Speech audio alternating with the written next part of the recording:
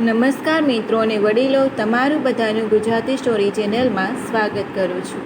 છોકરીએ દરવાજો ખોલ્યો તો સામે ઊભેલા માણસે પૂછ્યું, કંઈ સામાન લેવાનો છે? છોકરીએ ના પાડી. પછી છોકરાએ કહ્યું કે જો આ સ્ટોરી તમને પસંદ પડે તો આ ચેનલને સબસ્ક્રાઈબ, લાઈક, શેર અને કમેન્ટમાં અભિપ્રાય જરૂર આપજો. બાજુમાં બેલ આઇકનને જરૂર ઓન કરજો, જેથી તમને આવી અવનવી સ્ટોરી સૌથી પહેલાં સાંભળવા મળે. મનોજ એક ગરીબ ઘરનો 15 વર્ષનો છોકરો હતો, પણ તેને ભણીને આગળ આવવા માટે તે સ્કૂલેથી છુટ્ટી મળે કે તરત જ કંઈ ને કંઈ સામાન ખરીદી અને ઘરે ઘરે વેચવા માટે નીકળી જતો ને તેમાંથી મળતા રૂપિયામાંથી પોતાનો ભણવાનો ખર્ચો કાઢી લેતો. આજે મનોજ રસોડામાં વપરાતી પ્લાસ્ટિકની ચીજવસ્તુ ખરીદી અને વેચવા માટે નીકળ્યો હતો. ઉનાળાની બપોરનો તડકો માથે પડી રહ્યો હતો અને મનોજને ભૂખ પણ ખૂબ જ લાગી હતી, પણ આજે એક પણ રૂપિયોનો વેપાર થયો નહોતો.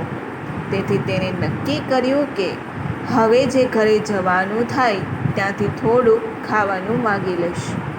તેને આગળ આવેલા ઘરનો દરવાજો ખખડાવતા પૂછ્યું કે કઈ સામાનની જરૂરત છે?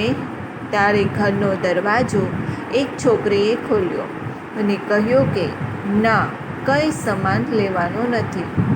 એટલે મનોજે નક્કી કર્યું હતું કે કંઈ ખાવાનું માંગી લઈશ, પણ તેની સામે એક છોકરી આવવાથી બોલી શક્યો નહીં, પણ તેને પાણી માંગી લીધું.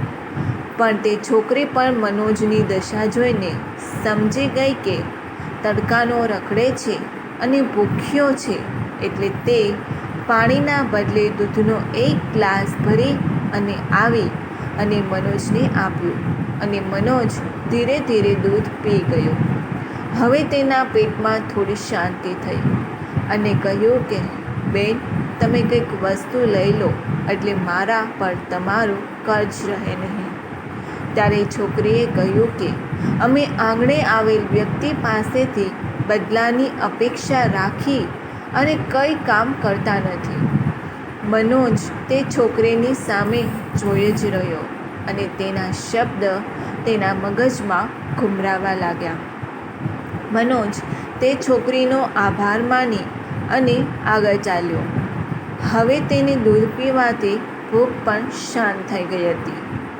આમને આમ ભણીને આગળ આવતા મનોજ વિદેશમાં ડૉક્ટર બની ગયો અને પાછો આવી ગયો હતો અને કેન્સરની બીમારીની સર્જરીમાં તેનું નામ રોશન કર્યું હતું. મનોજને ત્યાં બીજા ડૉક્ટરે એક મહિલાને તાત્કાલિક સારવારમાં મોકલી અને તેનું ઓપરેશન કરવું પડે તેમ હતું. મનોજે તે મહિલાને ચેક કરી અને ઓળખી ગયો કે આ એ જ મહિલા છે જેને મને પાણી માંગતા દૂધ પીવડાવ્યું હતું અને નક્કી કર્યું કે ભલે ગમે તેટલો ખર્ચ થાય કે મારે ગમે તેટલી મહેનત કરવી પડે, હું એ છોકરી કે જે અત્યારે મહિલા છે તેને બચાવીને જ જંપીશ. 2 મહિના સુધી સારવાર ચાલી અને તે મહિલાનો જીવ બચી ગયો. આજે તેને હોસ્પિટલેથી છુટ્ટી મળવાની હતી, એટલે ડૉક્ટર મનોજ તેનું બિલ તૈયાર કરી અને નર્સના દ્વારા તે બિલ મોકલી આપ્યું. ત્યારે તે મહિલા બિલ જોઈને જ ગભરાઈ ગઈ કે કેટલા રૂપિયા ચૂકવવાના હશે, કારણ કે તે બીમારીથી તો બચી ગઈ, પરંતુ હવે તેનું બિલ ક્યાંક તેને મારી ન નાખે. ડરતા ડરતા તેને બિલ ખોલીને જોયું ત્યારે બિલમાં છેલ્લે લખેલું હતું કે ઘણા વર્ષો પહેલાં 1 ગ્લાસ દૂધથી આ બિલ ચૂકવાઈ ગયું. મહિલાને યાદ આવતા તે પણ રડવા લાગી અને ભગવાનનો આભાર માનવા લાગી. આપણે જ્યારે કોઈને મદદ કરતા હોઈએ ત્યારે આપણને પણ કોઈ મદદ કરવા માટે તૈયાર થઈ રહ્યું હોય છે. તે આપણી સામે 2 મિનિટમાં પણ આવી શકે, 2 દિવસ, 2 મહિના કે 2 વર્ષ, પણ આપણે જે વાવીએ ને તે જરૂરથી ઉગે છે. જો તમને આ સ્ટોરી પસંદ પડી હોય તો દરેક લોકો જોડે શેર કરજો. આવી સ્ટોરી સાંભળવા માટે આ ચેનલને સબસ્ક્રાઈબ જરૂર કરજો. સાંભળવા માટે ખૂબ ખૂબ આભાર.